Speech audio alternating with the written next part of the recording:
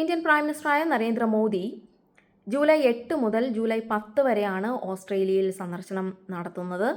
അപ്പോൾ ഓസ്ട്രേലിയയിൽ അദ്ദേഹത്തിന് ലഭിച്ച സ്വീകരണം, അദ്ദേഹം നേരിടേണ്ടി വന്ന ചില പ്രൊട്ടസ്റ്റുകൾ, അതിനെപ്പറ്റിയാണ് അദ്ദേഹത്തിന് നേരിടേണ്ടി വന്ന ചില ഭീഷണികൾ, അതിനെപ്പറ്റിയൊക്കെയുള്ള ഒരു വീഡിയോ ആണ് ഇത്.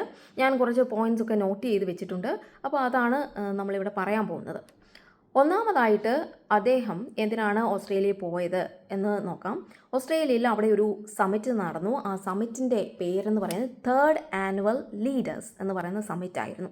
ആ സമ്മിറ്റിൽ അദ്ദേഹം ഓസ്ട്രേലിയയുടെ പ്രൈം മിനിസ്റ്ററായ ആൻ്റണി ആൽബനീസുമായിട്ട് മീറ്റ് ചെയ്യുകയും അവിടെ ഇന്ത്യയുടെയും ഓസ്ട്രേലിയയുടെയും വ്യാപാര ബന്ധങ്ങൾ പറ്റി സംസാരിക്കുകയും ഒന്നുകൂടെ ട്രേഡ് നന്നാക്കാനും അതുപോലെ തന്നെ ഇന്ത്യയിലേക്ക് ഇൻവെസ്റ്റ്മെൻറ്റ്സ് ആകർഷിക്കുക എന്ന ഉദ്ദേശത്തോടു കൂടിയാണ് ഈ ഒരു സമ്മിറ്റിൽ ഉള്ള ഡിസ്കഷൻസ് എല്ലാം നടന്നത്. ആദ്യത്തെ ഇന്ത്യയും ഓസ്ട്രേലിയയുമായിട്ട് ഈ ഒരു ഡിസ്കഷനിലൂടെ നടന്ന ഡീൽ എന്താണെന്ന് നോക്കാം. ആദ്യത്തെ ഡീൽ എന്ന് പറയുന്നത് ഓസ്ട്രേലിയയിൽ നിന്ന് യുറേനിയം ഇന്ത്യയിലേക്ക് അവരെ എക്സ്പോർട്ട് ചെയ്യാൻ പോകുന്നു. അതിൻ്റെ ഒരു എഗ്രിമെൻറ്റ് സൈൻ ചെയ്തു. രണ്ടാമതായിട്ട് ഓസ്ട്രേലിയ സൂപ്പർ എന്ന് പറയുന്ന ഓസ്ട്രേലിയയുടെ തന്നെ ലാർജസ്റ്റ് പെൻഷൻ ഫണ്ടിൻ്റെ ഒരു ഗ്രൂപ്പാണ് ഈ ഓസ്ട്രേലിയ സൂപ്പർ എന്ന് പറയുന്നത്. അവർക്ക് ഓൾറെഡി ഇന്ത്യയിൽ ഇൻവെസ്റ്റ്മെൻറ്റ്സ് ഉണ്ട്. നേരത്തെ അവർ ഇൻവെസ്റ്റ് ചെയ്തേക്കുന്നത് 3.3 ബില്യൺ ഓസ്ട്രേലിയൻ ഡോളേഴ്സാണ്. അതിൻ്റെ കൂടെ അഡീഷണൽ ആയിട്ട് അവരിപ്പോൾ 500 മില്യൺ ഓസ്ട്രേലിയൻ ഡോളേഴ്സ് കൂടെ ഇപ്പോൾ ഇൻവെസ്റ്റ് ചെയ്തിരിക്കുന്നു. അപ്പോൾ ഈ രണ്ട് കാര്യങ്ങളാണ് ബിസിനസ് അല്ലെങ്കിൽ ഇൻവെസ്റ്റ്മെൻറ്റ്സിനെ പറ്റി നടന്നിട്ടുള്ളത്. അതുകൂടാതെ അവർ ഒരുപാട് കാര്യങ്ങൾ ചർച്ച ചെയ്തു. ക്രിട്ടിക്കൽ മിനറൽസിനെ പറ്റി, ക്ലീൻ എനർജി കോർപ്പറേഷൻ, മൂന്നാമതായിട്ട് അവർ ഡിസ്കസ് ചെയ്ത് സപ്ലൈ ചെയിൻ റെസിലിയൻസ്. ഇപ്പോൾ ഈ വിഷയങ്ങളെല്ലാം ചർച്ച ചെയ്യപ്പെടുകയും ചെയ്തിട്ടുണ്ട്. അപ്പോൾ അത് കഴിഞ്ഞു. ഈ ഒരു മോദിജിക്ക് അദ്ദേഹത്തിന് ഈ ഒരു ഓസ്ട്രേലിയയിൽ ഈ ഒരു സമ്മിറ്റിൽ പങ്കെടുക്കാൻ പോയപ്പോൾ അദ്ദേഹത്തിന് വലിയൊരു സ്വീകരണമാണ് ലഭിച്ചത്. ഏകദേശം 30,000 പേരാണ് ആ ഒരു സ്റ്റേഡിയത്തിലുണ്ടായിരുന്നത്. ആ സ്റ്റേഡിയത്തിൻ്റെ പേര് മാർവൽ സ്റ്റേഡിയം എന്നാണ്. അപ്പോൾ ഈ സ്റ്റേഡിയത്തിൽ ഈ ബോളിവുഡ് സ്റ്റൈലിലുള്ള കൾച്ചറൽ പ്രോഗ്രാംസ്, അതുപോലെ നമ്മുടെ കൾച്ചറൽ ഡാൻസസ് ഒക്കെ അവർ അറേഞ്ച് ചെയ്തിരുന്നു. അപ്പം വളരെ കളർഫുള്ളായിട്ടുള്ള ഒരു റിസപ്ഷനാണ് മോദിക്ക് ആ ഒരു സ്റ്റേഡിയത്തിൽ ലഭിച്ചത്. അതേസമയം അദ്ദേഹത്തിന് ഒരുപാട് തരത്തിൽ അദ്ദേഹം പോകുന്നതിന് അദ്ദേഹത്തിന് പോകുന്നതിന് ഒരു മാസം മുമ്പ് മുതൽ ഇദ്ദേഹത്തിനെതിരായിട്ട് ഇദ്ദേഹം വരുന്നുണ്ടെന്ന് അറിഞ്ഞ് കുറേ പേര് ഈ പ്രൊട്ടസ്റ്റ് ചെയ്യാൻ തുടങ്ങി. അപ്പോൾ അവർ ആരൊക്കെയാണ്, അതിൽ 1 by 1 ആയിട്ടാണ് നമ്മൾ പറയാൻ പോകുന്നത്. ആദ്യമായിട്ട് ഇദ്ദേഹം നരേന്ദ്രമോദി യാത്ര ചെയ്യുന്നതിന് ഒരു 4 ദിവസം മുൻപ് ഒരു സോഷ്യൽ മീഡിയയിൽ ഓസ്ട്രേലിയയിലുള്ള മൈനറായിട്ടുള്ള ഒരു വ്യക്തി അദ്ദേഹത്തിനെ കൊലപ്പെടുത്തും എന്ന തരത്തിലുള്ള ഒരു ത്രെറ്റ് സോഷ്യൽ മീഡിയയിൽ പങ്കുവയ്ക്കുന്നു. ഇത് ഓസ്ട്രേലിയൻ പോലീസ് കണ്ടുപിടിച്ച് ഈ വ്യക്തി ആരാണെന്ന് കണ്ടെത്തിയ അദ്ദേഹത്തിന് വാർണിംഗ് കൊടുക്കുന്നു. ഇപ്രകാരം സോഷ്യൽ മീഡിയയിൽ പോസ്റ്റ് ചെയ്യാൻ പാടില്ല എന്ന് പറഞ്ഞ് അദ്ദേഹത്തിന് വാർണിംഗ് കൊടുത്ത് വിടുന്നു. അപ്പോൾ പിന്നീട് നരേന്ദ്രമോദി അദ്ദേഹം എത്തുന്നു. അതായത് അദ്ദേഹം നമ്മുടെ ഓസ്ട്രേലിയൻ എയർപോർട്ടിലെത്തി. അദ്ദേഹം വെളിയിലേക്ക് വരുമ്പോൾ അദ്ദേഹത്തിന് കാത്ത് കുറേ ഹ്യൂമൻ റൈറ്റ് ആക്ടിവിസ്റ്റുകളുണ്ടായിരുന്നു. അപ്പോൾ ഈ ഹ്യൂമൻ റൈറ്റ് ആക്ടിവിസ്റ്റുകളെ പറ്റി നമുക്ക് പിന്നീട് സംസാരിക്കാം, എന്തൊക്കെയാണ് സംഭവിച്ചതെന്നാണ്. അദ്ദേഹം ഈ ഹോട്ടലിലെത്തുമ്പോൾ അവിടെ ഒരു ഹോട്ടൽ ലോബിയിൽ ഒരു മനുഷ്യൻ ഉണ്ടായിരുന്നു. അദ്ദേഹത്തിൻ്റെ പേര് ഞാൻ പറയാം.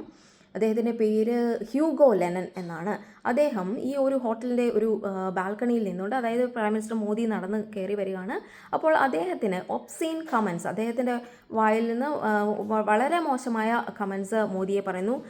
ഇംഗ്ലീഷുകാർ പറയുന്നത് ചേർത്തുള്ള വേർഡ് ചേർത്ത മോശം വാക്കാണ് പറയുന്നത്. -മോദി, -ഇന്ത്യ എന്ന് പറഞ്ഞ് വളരെ മോശമായിട്ട് പറഞ്ഞ ഈ ഒരു മനുഷ്യനെ ഓസ്ട്രേലിയൻ പോലീസ് വലിച്ചഴച്ചുകൊണ്ട് പോയി. അതിനുശേഷമാണ് അദ്ദേഹത്തിന് നല്ലൊരു വരവേൽപ്പ് നമ്മുടെ മാർവൽ സ്റ്റുഡിയോത്തിൽ ലഭിച്ചത്. അപ്പോൾ ഈ മാർവൽ സ്റ്റുഡിയോയിൽ ഈ 30,000 പേരുടെ ഈ ഒരു നല്ല റിസപ്ഷൻ ലഭിക്കുമ്പോഴും അതിന് പുറത്ത് കുറച്ച് പേര് പ്രൊട്ടസ്റ്റ് ചെയ്യുന്നുണ്ടായിരുന്നു. ഇത് ആരാണ് ഈ പ്രൊട്ടസ്റ്റ് ചെയ്തത് എന്ന് നമുക്ക് നോക്കാം. അത് ഫാർ റൈറ്റ്സ് ആക്ടിവിസ്റ്റ്. ഇവർ ഈ ഇന്ത്യക്കാർ ഓസ്ട്രേലിയയിലേക്ക് മൈഗ്രേറ്റ് ചെയ്യുന്നതിന് എഗൻസ്റ്റായിട്ട് സംസാരിക്കുന്ന ആൾക്കാരാണ്. അപ്പോൾ ഇവരുടെ ഒരു പ്രൊട്ടസ്റ്റാണ് നടന്നുകൊണ്ടിരുന്നത്. അപ്പോൾ അവർ പറഞ്ഞ ഒരു കാര്യം എന്ന് പറയുന്നത്,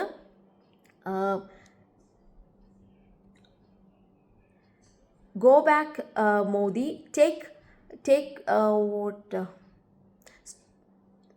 അദ്ദേഹം അവർ പറഞ്ഞ അത്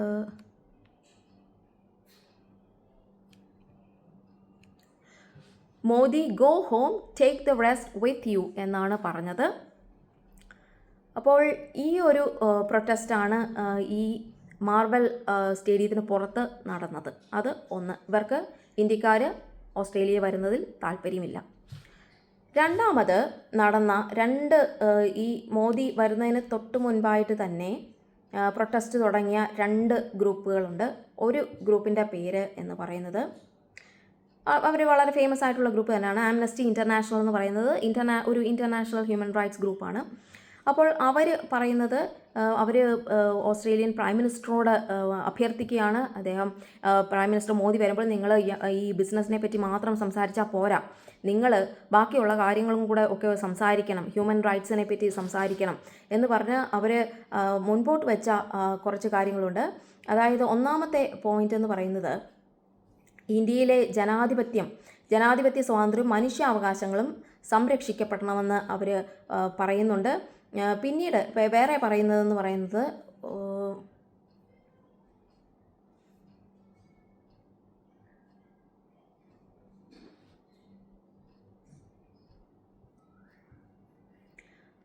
ഇന്ത്യയിലെ മുസ്ലിം, ക്രിസ്ത്യൻ തുടങ്ങിയ മതന്യൂനപക്ഷങ്ങൾക്കെതിരെ നടക്കുന്ന അക്രമങ്ങളും പീഡനങ്ങളും അവസാനിപ്പിക്കാൻ മോദി സർക്കാർ തയ്യാറാകണമെന്നാണ് ആംനസ്റ്റി ഇൻ്റർനാഷണൽ ആവശ്യപ്പെടുന്നത്. മറ്റൊന്നെന്ന് പറയുന്ന മാധ്യമ പ്രവർത്തകർ, സാമൂഹിക പ്രവർത്തകർ, അക്കാദമിക് വിദഗ്ധർ എന്നിവരെ ഈ കള്ളക്കേസുകളിൽ കുടുക്കുന്നതും ഭീഷണിപ്പെടുത്തുന്നതും നിർത്തലാക്കണം. ഇതാണ് അവരുടെ മൂന്നാമത്തെ ആവശ്യം. മറ്റൊന്നെന്ന് പറയുന്നത്, കരി നിയമങ്ങൾ ദുരുപയോഗം ചെയ്യരുത്. രാജ്യദ്രോഹ കുറ്റങ്ങളും തീവ്രവാദ വിരുദ്ധ നിയമങ്ങളും വിയോജിപ്പുകളെ അടിച്ചമർത്താൻ ഉപയോഗിക്കുന്നത് തടയണം എന്നതാണ് അവരുടെ മൂന്നാമത്തെ ആവശ്യങ്ങൾ. അപ്പോൾ ഇവർ ഓസ്ട്രേലിയൻ സർക്കാരിനോട് അഭ്യർത്ഥിക്കുന്നതും ഇതാണ്. അതായത് കച്ചവട പ്രതിരോധ കരാറുകൾക്ക് മാത്രം മുൻഗണന നൽകാതെ ഇന്ത്യയിലെ മനുഷ്യാവകാശ ലംഘനങ്ങൾക്കെതിരെ ഓസ്ട്രേലിയൻ പ്രധാനമന്ത്രി ആന്റണി ആൽബനീസ് പരസ്യമായി സംസാരിക്കണമെന്നാണ് ഈ ആംനസ്റ്റി ആവശ്യപ്പെട്ടത്. മറ്റൊരു ഗ്രൂപ്പ് കൂടെ ഉണ്ട്. ആ ഗ്രൂപ്പിൻ്റെ പേര് അലയൻസ് അഗൈൻസ്റ്റ് ഇസ്ലാമോഫോബിയ എന്നാണ്. ഇത് ആൻറ്റി മുസ്ലിം ഹെയ്റ്റ്, കാസ്റ്റ് ഓപ്പറേഷൻ എന്നിവയ്ക്കെതിരായിട്ടാണ് ഇവർ സംസാരിക്കുന്നത്. ഇവരുടെ മെയിനായിട്ട് അവർ ഉയർത്തിക്കൊണ്ടുവന്ന് അവരുടെ ഒരു പ്ലക്കാർഡ്സ് ഉണ്ട്. അതായത് അവർ ഉയർത്തിപ്പിടിച്ച പോസ്റ്റേഴ്സിൽ അവർ മെയിൻ ആയിട്ട് കാണിച്ചിരുന്ന കുറച്ച് കാര്യങ്ങളുണ്ട്. അതായത്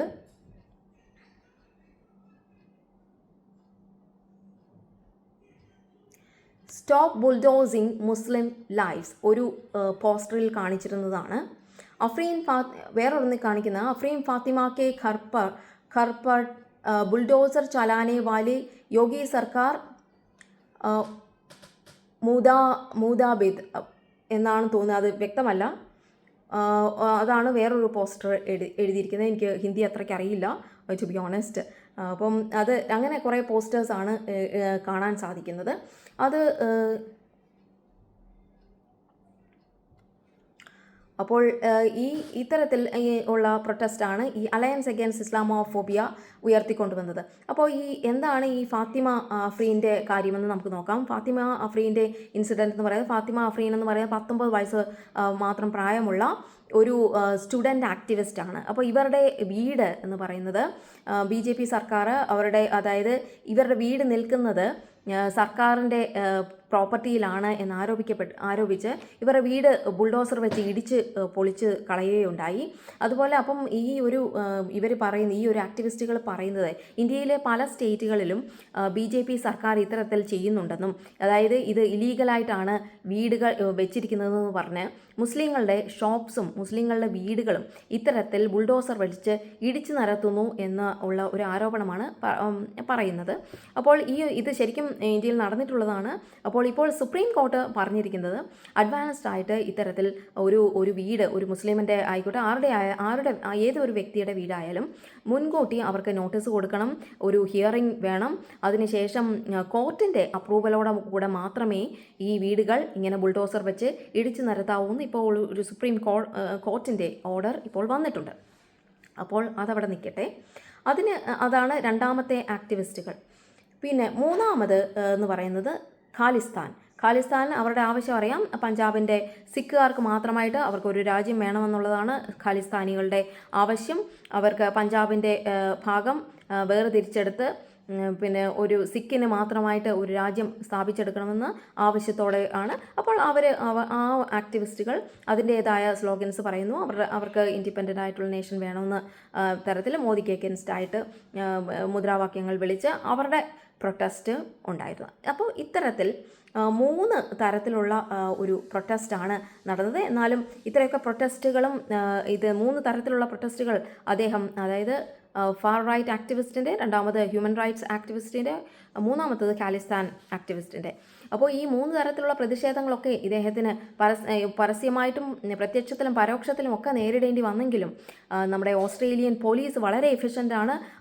അവർ വളരെ എഫിഷ്യൻ്റായിട്ട് തന്നെ അദ്ദേഹത്തിൻ്റെ ഒരു വിസിറ്റ് ഡീൽ ചെയ്തു എന്നുള്ളതാണ് പ്രത്യേകം എടുത്തു പറയേണ്ടത് തന്നെ ആണ്.